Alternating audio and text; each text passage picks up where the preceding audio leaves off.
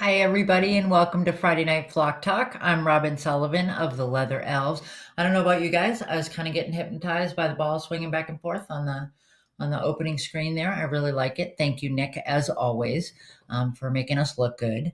There's a bunch of stuff going on. First of all, the housekeeping stuff. You can follow the Leather Elves on Facebook and on Instagram. That way you get notification when we go live on Facebook. You can also subscribe to our YouTube channel. So a lot of different ways to make sure you're here with us on Friday nights. I see Lori says it's 0 degrees. It's a little bit warmer here. It's about 18. So, and I was talking to TJ prior that, it's a little bit warmer in Florida. Laurie, we do choose to live where we are. So we've got things going on. Nick, we've got a lot up in the Pacific Northwest. Go ahead and introduce your guest first because I have him on that same slide. Okay, I will do that. So I am super excited tonight. This is a repeat guest. We have TJ Pluid with us tonight. Hello. Hello. I'm so excited you're here. Every time we talk, and I think I mentioned this to you last time, every time we talk, I come away from the conversation full of ideas, and really sometimes my brain hurts after we talk because it makes me think. I'm an enabler. You are. It's like, he's my connection for brain stuff. So thank you very much for joining us. We've got some stuff going on up in the Pacific Northwest. There's a lot of flooding. They're having to evacuate certain counties. AFA Disaster Relief is involved. If you need help with supplies, you can reach out to disaster relief at afabirds.org. If you need bird boarding, Lisa Brandemeyer at Inca Secret in Kent, Washington, is going to be available for boarding in emergency situations. So there's a lot going on there. And let's see, what else do we have next? So this is, if you need help, Parrot Festival. If you are, who's doing anything in January, really? Come on. Well, those of us where it's frozen, any excuse to get out of the cold. But this is one of the better ones. Parrot Festival is in Houston, January 23rd to the 25th. And so there'll be lots of great speakers, shopping opportunities. The Leather Elves will be there with a booth. I happen to know the person who's working on Party in Paradise. She's wonderfully hysterical. Such a great sense of humor. So lots going on. Then if you can't go, it will be video on demand. This is thanks to Nick and Nick, animal, help me out here. It's horrible. I feel really. Exotic Animal Foundation. Thank you very much. Exotic Animal Foundation. Nick has this. I just kind of expect Nick to be, to just do, and it's there and it's wonderful, and it is. But he's got this great foundation, and thanks to them, a lot more information is available. Good information is available online. So video on demand, you can sign up for Parrot Festival if you can't make it. So a lot going on. I have your bio if you'd like me to read it, or do we want to just jump right in? That's up to you entirely. I think I'm going to read it just in case people don't know how fabulous you are. Okay. So TJ is a dedicated aviculturist with extensive experience in both zoological and private facility settings. His career in aviculture includes serving as the primary bird keeper at the Reed Park Zoo in Arizona, an AZA-accredited institution, where he played a key role in bird care and management. He was raised in Idaho, and he was deeply involved in private aviculture, specializing in pheasants, quail, grouse, and waterfowl. Currently at the Florida Avian Conservancy, TJ works with rare species including ocellated turkeys, pygmy geese, turacos, crown pigeons, pheasant pigeons, and fruit doves, contributing to the propagation of these unique birds. Ocellated turkeys, people are like, oh, it's a turkey. If you haven't ever seen one, they're just gorgeous. They're little jewels. And personality wise, No comment. that's, that has been my experience as well. And I just, I mean, they're nice to look at, but it's like the knickknacks on the shelf. They're great to look at, but don't Yeah. touch them because you open them if you break them. Um, Yeah. so TJ, I wasn't able to go to ASA. I mean, and I know you were the keynote there, and Mhm. I was really bummed because I wanted to hear it, and I got a chance to see your presentation, and I was blown away. I just there was you brought so much passion to that. And that's why I'll have you on anytime, but that's why I wanted to have you on again. So how did you feel doing this presentation at ASA? Um, it was pretty nerve-wracking. I mean, up on a podium in front of people actually talking about it. I mean, podcast setting like this is a lot more comfortable for that kind of topic. But immediately afterwards, it felt like, I don't know, it was just a huge relief, and it felt like it was really good for me to even be talking about it, let alone telling other people the story. Yeah. Yeah. And, we chatted a tiny bit before, before we went on tonight, and I called it the mutually beneficial relationship when I did the promo for it. And Yeah. there's a lot of bad propaganda out there right now, about how it's not mutually beneficial. It's just beneficial to us as the human. Right. So can we talk about that a little bit? Yeah, I mean, even on that note, myself and a lot of other aviculturists I know, we wouldn't still be around if it weren't for birds giving us a reason to get through every day. A lot of people think that we're just in it to take care of birds and make more birds and yada, yada, yada, but we do it a lot to take care of ourselves too. Mhm. Yeah, and you're not the first person. When I had Nelson Maldonado on, Nelson said the same thing about a lot of his brothers in arms, and PTSD. And Yeah. I think one of the things but it's not just us benefiting from, I, I don't know a whole lot of super wealthy aviculturists. I don't know about you. And if you do, Not let's really. hang out with them. Yeah. But I think, the birds are benefiting because like some of the species that you work with, you don't see them in a lot of places. I No, that's know, you have you won an Avi award, right? mhm. What was that Yeah. for? Or if you can explain to people what Um, that's for. so it was an award for the North America's first breeding of the black-headed tanager. It's a species that's seldom even been kept in captivity, and right now we're at right around 10 birds left in captivity in North America, and they were all imports, and nobody had ever really worked with them very much. And I like to specialize in species that need the attention, because if you don't, then they're not going to be around for the next generation. And, if something happens to their wild habitats, there's no going back once you get that. So I really like focusing on the birds that don't get a lot of attention. Hmm. And I think too, that's something people don't think about is, you've got these birds that are rare at best. And maybe there are pockets of them in places in the Mm-hmm. wild. But if we don't do something about this, then we get, when crisis hits, when Mm-hmm.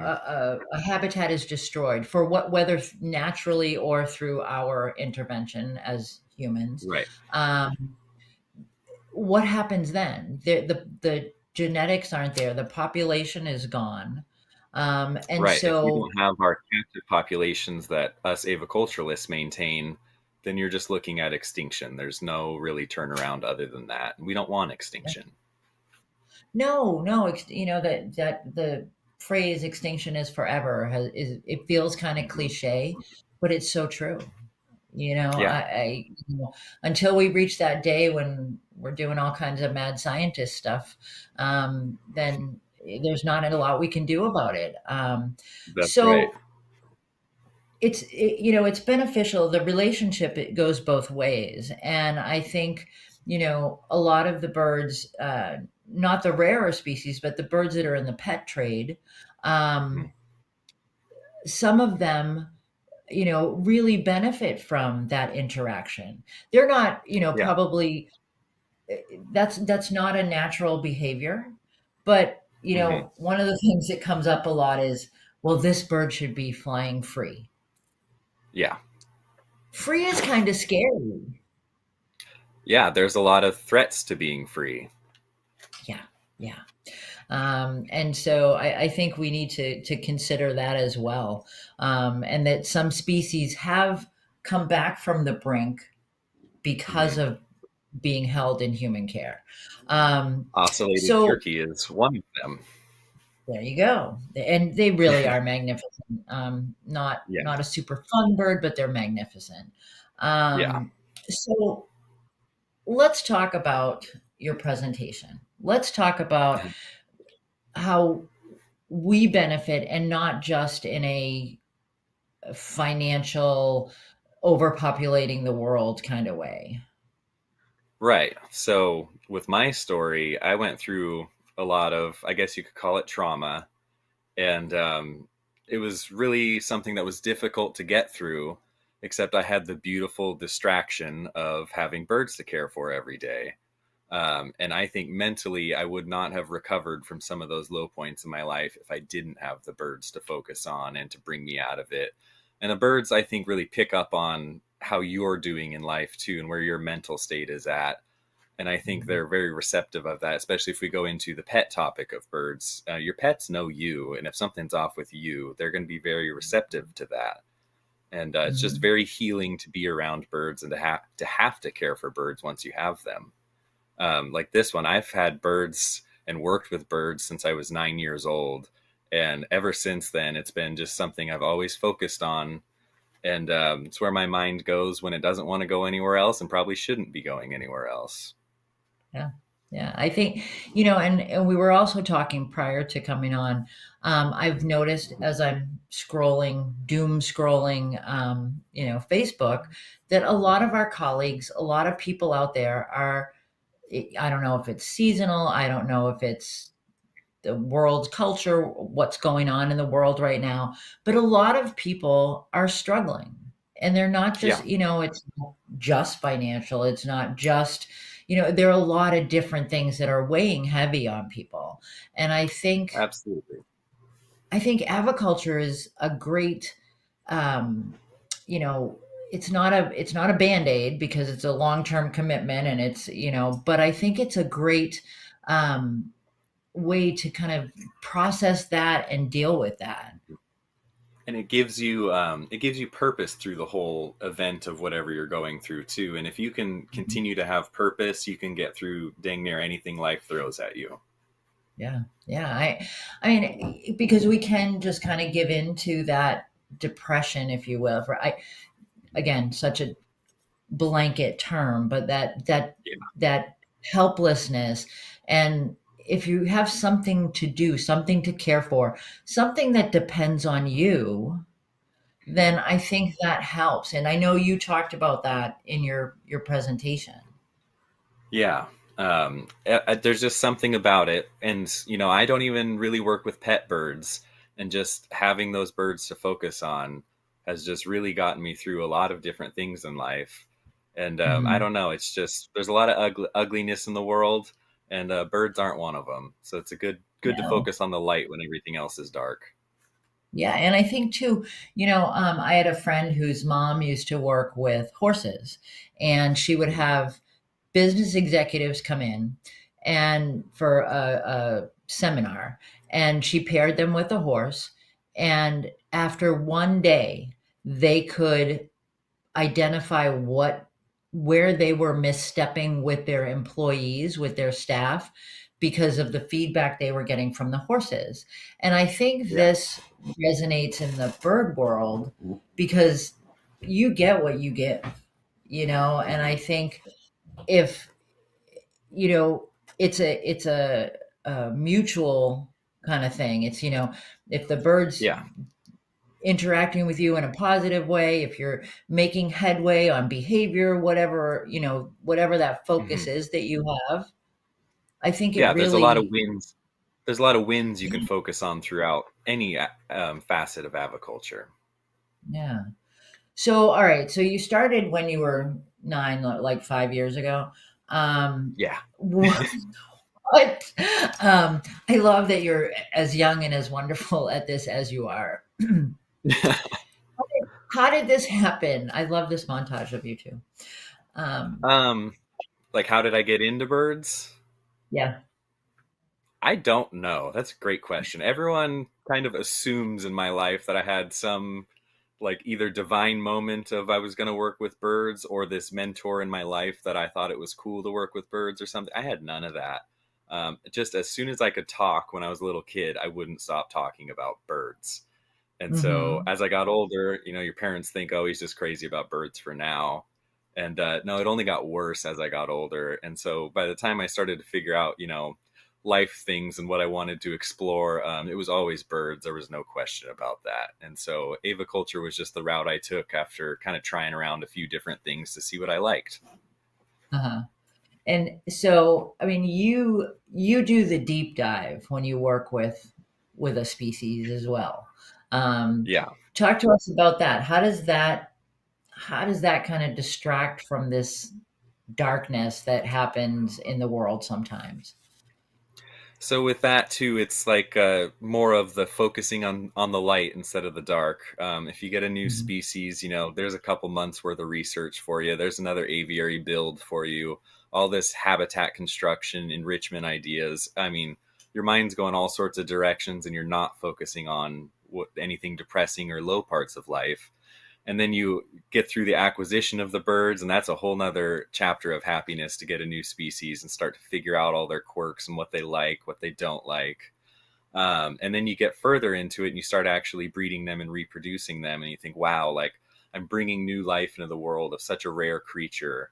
And it's so Mhm. just enlightening to keep being able to do that. The people, as this slide shows, the people I have met through birds have been one of the biggest highlights of it, even though obviously birds are great and we all can agree on that.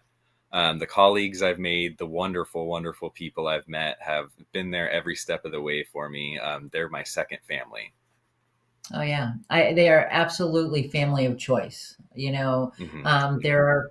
I have friends in the agricultural community that I wouldn't have for. They're not. I probably wouldn't have stumbled upon them in, Hmm. you know, just in day to day living. Um, Yeah.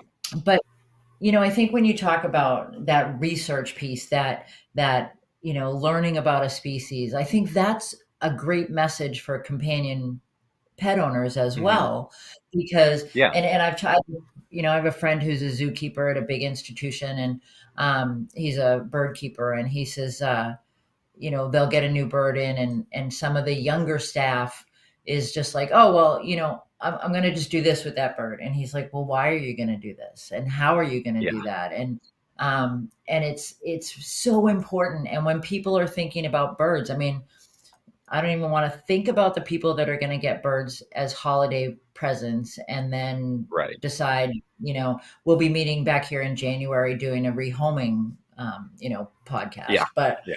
um, I think it's a matter of really doing your research, really learning. And when you say, you know, a new aviary build, new enrichment, learning Hmm. about that species, all of those are, it's so, for me, it's so eye-opening. There are things that you learn about a different species that you haven't worked with before, that you haven't owned before, and you go, I didn't know that about that. I mean, I remember years and years, a lot of years ago, the first time I figured out that cockatiels were ground foragers, right?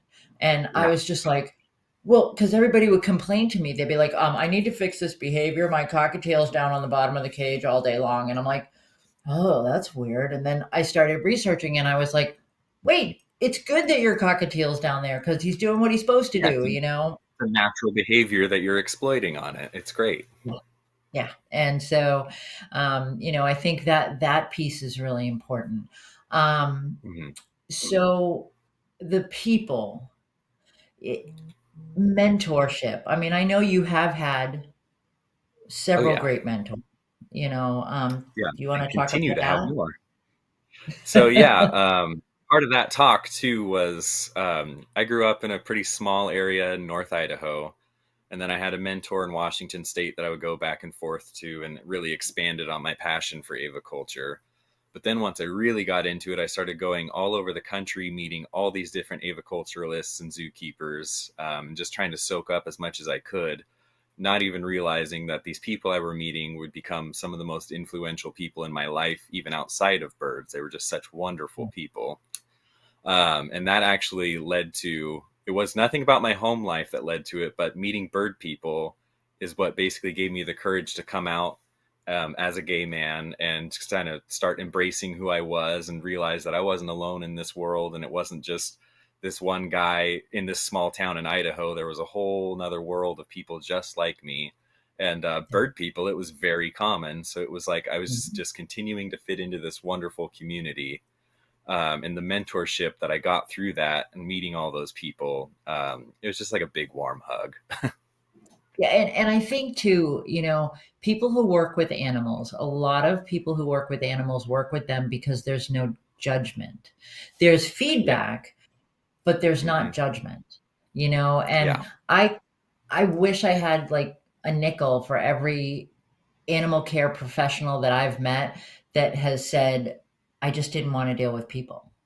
And then they Yeah. changed the whole zoo industry and we had to do, keeper talks and stuff. And it was like, oh no, but Yeah. I really think that that judgment-free zone is so Hmm. important. And I think, you know, diversity in our lifestyles, there's Yeah. everybody that you meet in aviculture is different. They come Yeah. from different backgrounds, they're from different, and people that we've met, and I know you have too, who are not from the United States. I mean, people who Hmm. do aviculture very differently than we do. Yeah. Um, It's you just really know, diverse, and like you were talking about the different characters of people we meet. It's my strong opinion that all animal people are just a little bit wacky. And so why shouldn't you just be totally yourself too and just absolutely embrace who you are, and not shy it away from the rest of the world, because you've got this whole community of mostly bird people are the wacky ones, let's be honest. But you're not in the same way that these animals aren't judging you, these people aren't either. And it's just the mentorship and the community that you build within that without being judged is just Mhm. extremely beneficial. Yeah, it's true, and they are lifelong friendships. I will tell you, you have a whole life ahead of you with these friends that you're making now and colleagues, and the other exciting thing for me is seeing younger people coming up. There Yeah. was a young man at AFA, and he's been, showing his birds at the cage bird shows, and he's been getting involved. And I noticed that he's like started making toys, and it's so exciting to see a young person with Yeah. that kind of passion. So Yeah. tell us the story about your mentor when you had asked him like, you see his aviary? Oh, yeah. So that was the one in Washington State. And I was going there to buy a pair of golden pheasants. And my roots were in pheasants, and goldens are one of the prettiest pheasants you can get. So I was so happy I found some locally. And at this point, I didn't really know much about him, and he wasn't a mentor yet. And he basically met me at his front gate, birds boxed up already for me, and just kind of hand out waiting for the cash. And I'm like, oh no, like I've heard what you keep back here, and I have to lay eyes on it. I have to see these birds in person. And he kind of got this attitude and was like, well, like if you know what's back here and can prove it, then like I'll keep touring you around basically. I'm like, okay, let's go. And he had probably 300 aviaries, just row after row after row of these big spacious flights with different pigeons, waterfowl, pheasants, all sorts of stuff. And my nerdy little self was going down each row naming every single species, just boom, boom, boom. And he finally Mhm. sat back and was like, holy cow. And I think I messed up once out of like 75 species or something like that. And it was a stupid mess up and I should have known better. But then he kind of just smiles and says, all right, you can come back. And then I was there almost every weekend for like 4 or 5 years.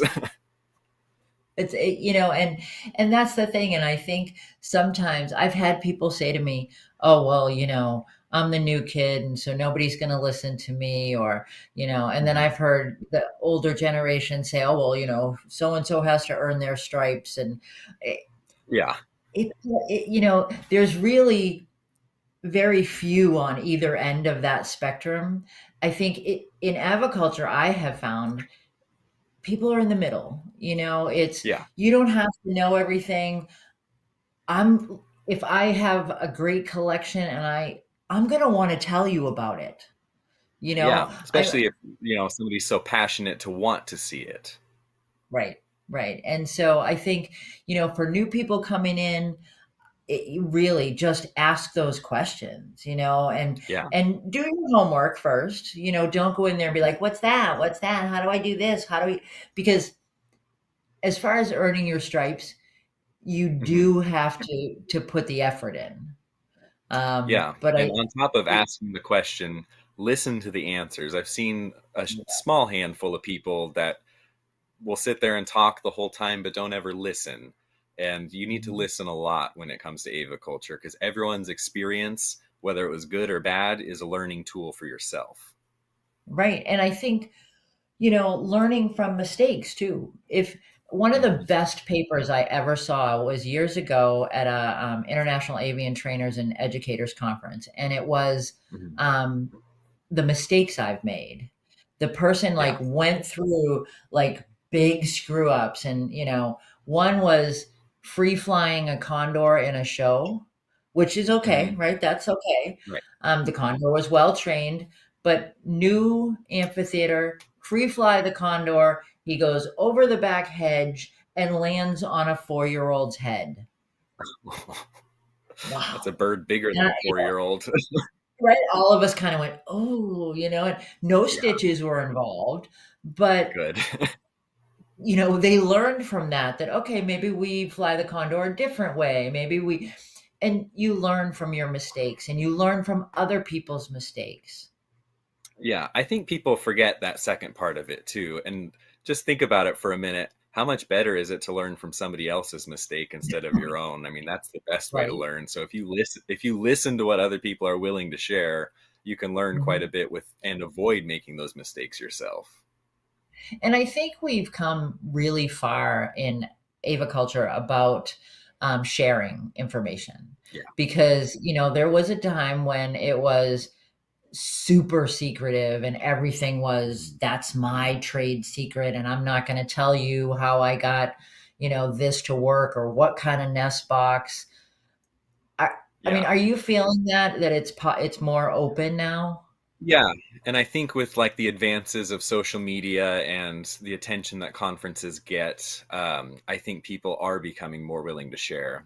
So I may be younger, but I'm coming into my 18th year of aviculture, and to get information on the earlier years of that, it was like pulling teeth from some of those people. And now Yeah, it's like you can call somebody up and they'll either tell you how stupid they were for making this mistake, or hey, I figured this out and you need to try it with your birds too. People are just a yeah. lot more willing, and they're realizing that aviculturists are disappearing, and that if we're not Mhm. sharing this information with each other, we're going to be gone altogether. So I think Yeah, we've hit a and big cultural shift in that. I think so, and I think it's great. I mean, I remember talking to Walt Fry, who I Hmm. don't know if you ever met Walt, and he was amazing. And so I said to him, "You've got to." I said, "Where's all this information? Where's it going to go? And have you written it?" And he just looked at me and he goes, "No, it's right here." And I Yeah. went, "But what if?" And very unfortunately, Walt Hmm. was killed in a car accident, and it's all Yeah. gone. Yeah. I mean, I had some of the most incredible conversations with him about red-vented cockatoos and Palau, and I mean, I learned so much, and I Yeah. know that there were volumes more. that I could have learned from him. Yeah, and you have to think about like how many of these older aviculturists that don't speak at conferences, don't publish material and all of that, the only way that information is going to get passed down is if you listen to them, what they're willing to share. Um, what Nick pulled up in that first slide with me with one of the older guys, um, that's one. He's always willing to share information, but he won't write anything down. He will not be speaking on a podcast or be at a conference speaking. He's a wonderful guy, willing to share information. Um, but if you're not willing to listen to it, that information leaves when he leaves. And so Yeah. I've been there, gosh, probably close to 10 times now. And each time I go, I stay longer and longer. And after the day's chores are done with the birds, me and him sit across from the table with each other and just sit there and talk birds for hours and hours and hours. And I just try to soak up absolutely as much as I can, because once he's gone, I'm curious who else has sat there for so long and listened to him. So somebody has to be, documenting this stuff. And eventually I can be that person to help do that. But for now, I'm a listener. Yeah, and I think too that's something for younger aviculturists to think about. Mhm. Record that history if people will let you. If your mentors Yeah. will let you, record that information because it is going away. And we just lost someone in the parrot community day before yesterday, Dwight Mhm. Greenberg, who was uh, a big aviculturist in the state of Florida. Dwight passed away on December 10th and will be missed. Yeah.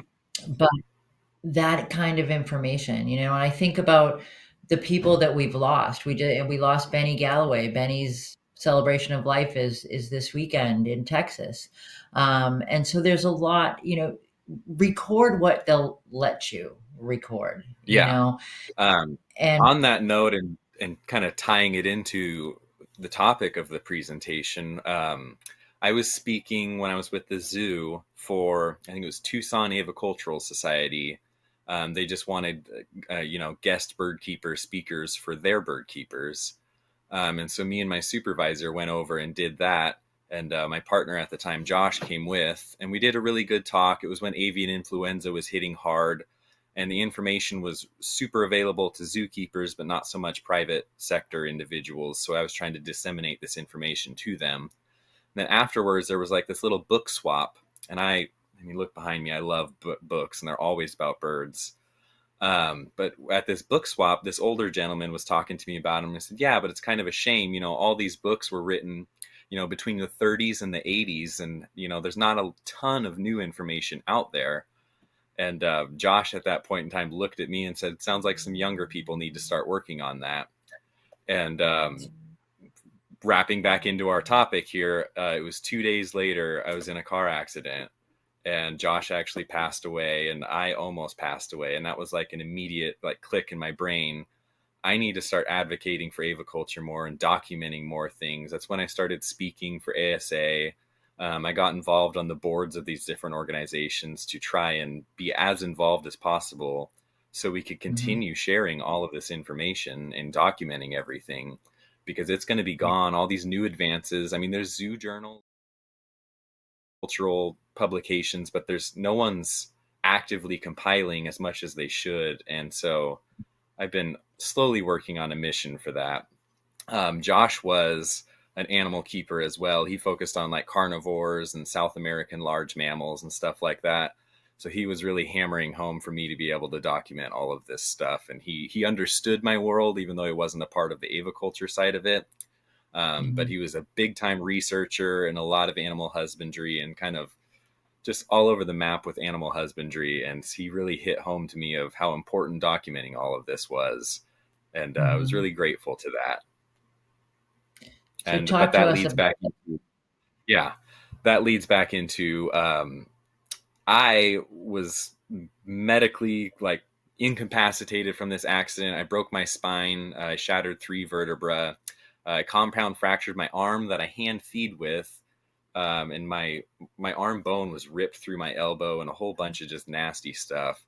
and I couldn't do anything with birds for 3 months. And that's the longest in my life since I started keeping birds that I was not able to. But birds were still there for me, and bird people were still there for me. When I was still basically wheelchair bound, a bunch of bird keepers drove up to my dad's house where my dad was taking care of me, and took me over to the Phoenix Bird Expo, and then they took me over to Wildlife World Zoo just so I could see birds again. And then the bird team from the zoo I was working at actually stepped in and took all of our animals and all my plants, and kept everything going for me until I was on my feet again. And once I was back on my feet again, the focus shifted once again to the birds getting me through this. I still can't lift more than 30 pounds. So there's a lot of physical work, and birds were my physical therapy of, getting my arm wouldn't move for over a month. And doing things with my birds and my plants, my arm has actually better movement now than my uninjured arm. So it was a physical and a mental therapy getting through that, and a lot of mental therapy, being around the birds and have something positive to focus on, when your whole world goes dark. Yeah, and those guys depended on you as well. The Yeah, birds it was. depended on you. Yeah, and it was a really bad time in my life, but it made me very grateful for a lot of what's around me, and ever so grateful for the birds around me, because that, like I said Mhm. earlier, I wouldn't be here still if it weren't for the birds. Yeah.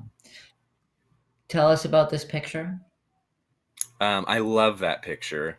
So there's your captions there, but this was actually in the canyon that I spread Josh's ashes in Arizona. And when we were still together, he had this goofy little thing with social media where he'd call them plants in predicaments. And it was just plants growing where they shouldn't or growing how they shouldn't. And I found this cactus in a crack of a rock that had already completely circumnavigated its difficulties in life, and was now, the top of it was in the sunshine, and it was free to grow after that. And so it's grow through what you go through. Basically, Mhm. stay positive and build your character on it. Make it a positive experience in the end because you learned from it. But my favorite part of that is, you may be given a cactus in life, but that doesn't mean you need to sit on it. And that's just because you're going through a bad time doesn't mean you need to be miserable. It's very true. Very true. Um, let's talk about your mom's story, if you don't mind. Yeah. So my mom, right when I was really hammering into aviculture and really getting involved, was diagnosed with Alzheimer's disease. And I was 17 years old at the time. And I was told as she was dropping me off at the train station to go to Kelly's place in Shreveport, which was that guy we saw at the beginning of the presentation. A lot of my story ties back into visiting him, and I'm grateful for that.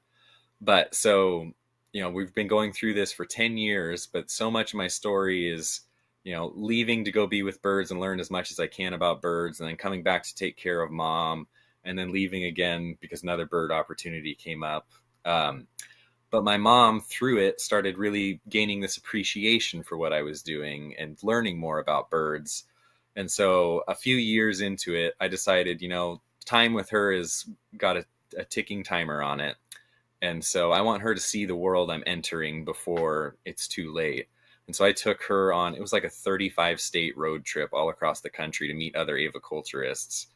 And she clicked with these birds more than I ever could have imagined. I don't know too many mothers that aren't big into birds that would let a black palm cockatoo come and sit on their hand and start whispering sweet nothings to it like it was just another Mhm. dog. Yeah. But her journey with that was very interesting, and how much she just loved opening up and meeting all these aviculturalists, meeting all these wonderful species that we all work with. And it was a really healing time for her before things got too bad as well. Mhm. And I think that's a perfect example and of you get what you give. Your Yeah. mom was just open with them. There I'm assuming there weren't any preconceived notions. It was just, okay, I'm going to interact with these animals and, you know. Yeah. And animals are very perceptive to that. Mhm. Even coming back from the hospital after I was able to work again, I went back to the zoo, and I like visiting the elephants. It's one of the few mammals you'll see me actually getting excited about. And one of the female elephants, when I'm braced up and in casts and all that, trying to work, and one of the female elephants came up and just laid her trunk on my chest. And normally, if they're doing any interaction with you, it's to like receive a treat or an enrichment item. And she just touched my chest and just kept it there. And it was kind of like this like little light bulb moment of that's actually the elephant in that picture too. But you almost could see it in her expression that it was just like, oh, I understand that something is wrong with you and you've been injured somehow. And like, here's just a physical touch of just like, I understand. And Yeah. birds are very capable of that too. And actually that macaw in Mhm. that picture too was a no contact animal, and he was kind of considered dangerous to be around. And he proved it more than once to many people. And after our whole relationship building, and then I disappeared for 3 months recovering, he would sit on my arm and he'd lick my hands. And it was just like a whole, he treated me completely differently than other people after that. He was still a pretty dangerous bird for others to be around. And it was like something clicked in his head of like, oh, you've not been through an easy time, so I don't need to give you a harder time. And there was a Yeah. lot of building with that bird in particular too. And I think too, what a great message that is, that there's a certain level of vibration that we all have. And I think Hmm. our birds are very, very capable of reading that vibration, Yeah. and I think it's, people, I have people come to me with issues with their birds, or, they're struggling with some aspect of aviculture. And sometimes it's just the way we vibrate. Sometimes it's just the Hmm. way we, it's not the interaction so much as just the energy. I mean, do you Yeah. And find I feel that? like, yeah, I think animals are just super perceptive to the person. I mean, not Mhm. even necessarily what you're doing, more of a who you are kind of thing. And they Mhm. totally know if you are a safe space, or if you're hurt mentally, physically, however it so be. And they can pick up on that and respond to it, I think. But they also can pick out bad people too, and people without good intentions, and act Mhm. accordingly. Yeah. Yeah. That's always, if you meet somebody and your dog doesn't like them, then you probably should, not follow through with that. Yeah, Yeah. Carrie said they definitely feed off our vibes. They do. I mean, it's, any kind of animal, human, non-human, whatever. I feed When off you're in a Lori's group, vibes. trust me, after having been on, you've done the road trip with her too. So both of Yes, us I have have. experienced that driving vibe. That's, yeah, we Yeah. love you, Carrie. Uh, but I think there's so much to your story, TJ. There's so much, and it's there have been a lot of unfortunate experiences. There have been a lot of fortunate ones, and I think it's really an example for people to kind of learn that even in the darkness, it's Yeah. not just the birds. It's about the attitude. It's about what's my purpose? How do I keep moving forward? Yeah. And Having how, purpose and positivity, I used to tell myself a lot through that. And, even on the hard days when it was even hard to be around the birds, you kind of have a choice in life, even no matter how depressed or down in the dumps you are, or physically not well you are. You can still either be negative and look at the dirt all day, or you can look up at the sky and watch some birds. yeah, it's true. I mean, and I've had people say, they use the phrase, like fake it to make it. Well, Yeah. it's not that. It is to some extent, but I think it's more about make a conscious decision to be positive. Yeah. Make a conscious decision to see the beauty in those birds, or see, I mean, Mhm. working with people who are experiencing behavior challenges with their birds, in the companion parrot world or in the companion animal world, Right. the answer is like, he screams all day, he bites me every time, he, you know, all he does is pull at himself, over preen. it feels like always, and when you're in that dark place, it does feel like always, but there are Yeah. those moments, and you've Hmm. got to grab those moments. Yeah, and even if they're not current moments, reflect on them and appreciate them when they happened. And Mm, you can always focus on that. One of my yeah. back to the community we built with Dot here. Dot's been through some challenges in life too, and so one of my big ticket items for myself in my physical recovery. Anyone that knows Dot knows that she's a million miles an hour and she's always, packing a camera and going to try to find the next bird. Me and her do bird watching together.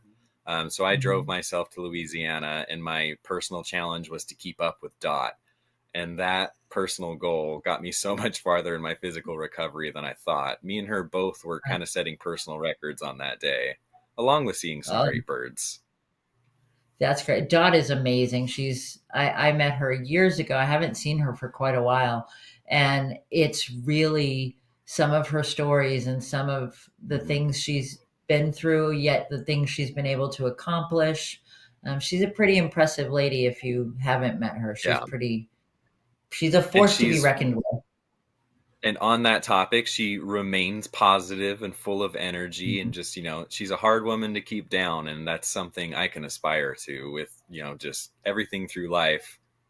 Keep being happy, keep going to look for more birds, keep having adventures, and just focus on the good. Yeah. Tell us about you told a story about going birding and you were on a mountain. So after I was ticking off a lot of personal challenges, I started just picking species to challenge me. And the Mearns quail was something that lived, I thought it was going to be lower elevation, and that was not true. So I drove to these mountains in southeast Arizona, and I started hiking and hiking and hiking. And I pushed myself over and over and over again until I think I made it to 9,500 feet elevation. Totally got lost, was ready to give up and said, screw it. I don't need to see these birds in the wild. I've seen them in captivity. I know what they look like. They're wonderful. I can't do it. I just need to get back to my car. And I was on top of the mountain behind me in that picture, and I could see my car, and it was miles away and down horribly rough terrain. And that was after I'd already hiked up all of that terrain. And I didn't know where the trail was at that point, but I knew where the car was, so I didn't care. And I just started tearing through the woods and going for it. And after quite a while, I was huffing and puffing, and my body was yelling at me and screaming, and I was ready to give up. And I stopped to take a break, and 5 Mearns quail flushed off the hillside. And it was just like, okay, like kind of a smart ass response for nature to do that to me, but it was so rewarding in the end. I felt like I was half dead, but I mission successful, and that was, if I could do that hike, then I'm set for life on that.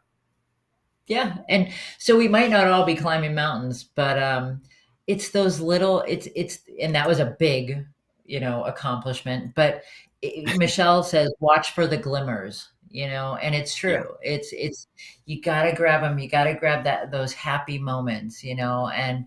um, I don't want to be Pollyanna and make people think like, "Oh, it's all about hearts and blood," because it's not. I mean, let's No, be life honest. sucks.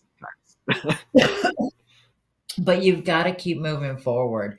And Yeah. I love your story, and I love, you know, so again, I was just going to ask you, what do you want people to take away from tonight and from your presentation? A lot of it, yeah. Focus on the good moments. Focus on the community we've built around us, knowing all these different bird people that have been such a wonderful influence in our life. Lean on the support of these people when you need them. They're there for you. They've proven it in my life. I mean, bird people showed up in force for me. But also, pay gratitude to these birds that keep us chugging along. As one of the people in that picture told me when we were discussing this, she goes, they're the reason she gets up in the morning. And some days are not worth getting up in the morning, but the birds don't give a damn. They still need everything they're going to need. And even if you're not going to be in a good mood about it, you still got to get up and do it. And I bet you by the time you're done with that, you're probably going to be in a better mood. And give these Mhm. birds the gratitude they deserve for doing this and enriching our lives and bringing us out of slumps and all of that. Yeah. And I think it's just that give and take. We get so much and we benefit so much, and they've helped us through so many different situations. But we also give back. We give, you know, good habitat. We get, in human care, we give them the best life we can. Try to, do as much enriching as you can, and do it appropriately, species appropriate enrichment. And the Yeah. diet, be mindful when you're working with your birds or living with your birds. Be mindful of Mhm. the care you're giving back. And I mean, it's almost like it's a thank you. Mhm. It's a thank you for what they bring into our lives. But I think, above all, having them in our lives is very important. Yeah, that's like my family. They're not necessarily animal people, and so they see me slaving away, sometimes 16, 20-hour days, 7 days a week. And they basically think like, oh, poor TJ. And I'm thinking, you don't understand what these birds are giving back to me. Like, they're the reason I'm doing this, and I deserve every bit of thing that they give me, and they deserve everything I do for them. And it's a two-way street. Yeah. Yeah. Well, thank you so much. And I wanted to say, Nick said that Dot should be a guest. So I'm going to put She that should. in your capable hands. You need to Oh boy. convince Dot that she needs to. I've asked her before, but yeah. I So will do my very best. I want to ask TJ, tell us about this picture. Which part? You pick. Is this one of the birds you received an award for? No, those are just really cute babies that I raise. And that was kind of on the focus of having positive things to look forward to. When you're in the breeding side of aviculture, you have new babies all the time. And just like that, bringing that light into your life was the focus of those ones. all Awesome. right. Thank you. Yeah. Thank you again. And, I'm so glad we got to have you on again, and I'll have you back again. We'll think of something else. We'll come up with another topic. Hey, we said But 5 episodes that one time. is that what we said? Okay, we're working on it. We were But getting yeah, we will there. definitely have you back again. And thank you. And I hope the birds in your lives continue to shine and make things positive. So, Right back at you, and thank you for having me again.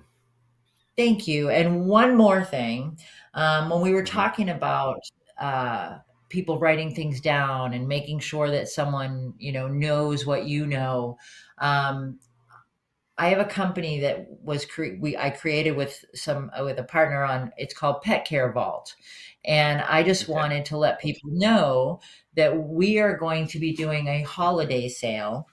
So I'll be doing a post about it. And what it is basically is you register your pet, you go through, and you list the routine, the diet, the favorite enrichment, the quirky things, because we all know that our birds have quirky things.